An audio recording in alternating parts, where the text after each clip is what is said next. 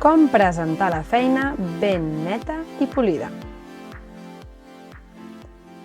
1. Escull un paper. Coses molt importants a recordar. 1.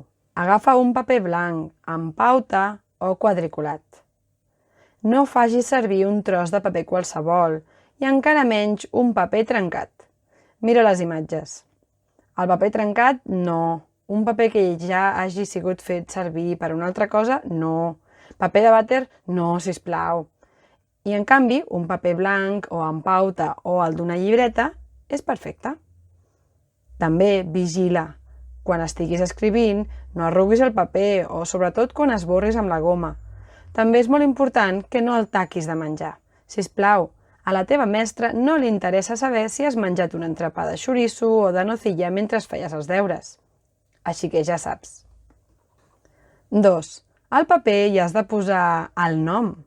La teva mestra no té poders i si els té, no vol que la gent ho sàpiga, així que no sabrà de qui és la feina si no hi poses el nom. 2. Molt important, la data.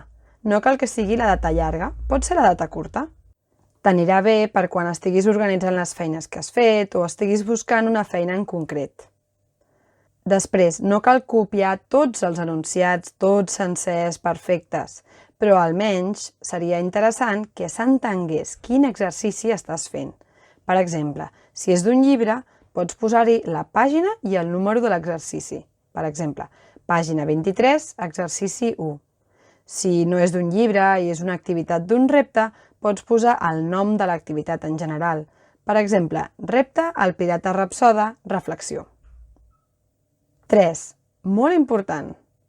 Primer de tot, fes la lletra clara. Als mestres no ens agraden els jeroglífics.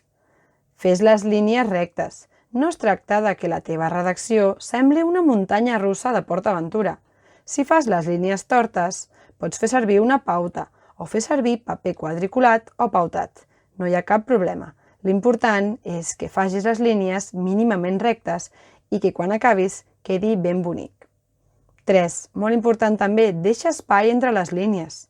Així serà més fàcil d'entendre i corregir. Mira les imatges que us he posat.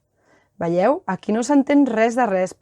Aquests alumnes han escrit una línia a cada una de les línies del paper.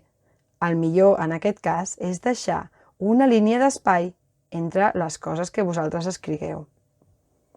Per últim, no facis la lletra ni molt gran ni molt petita. Tampoc apretis moltíssim amb el llapis, a veure si fareu un forat. Però tampoc no cal que escriveu molt fluixet. Recorda, si segueixes aquests consells, aconseguiràs una feina molt més maca, neta i polida.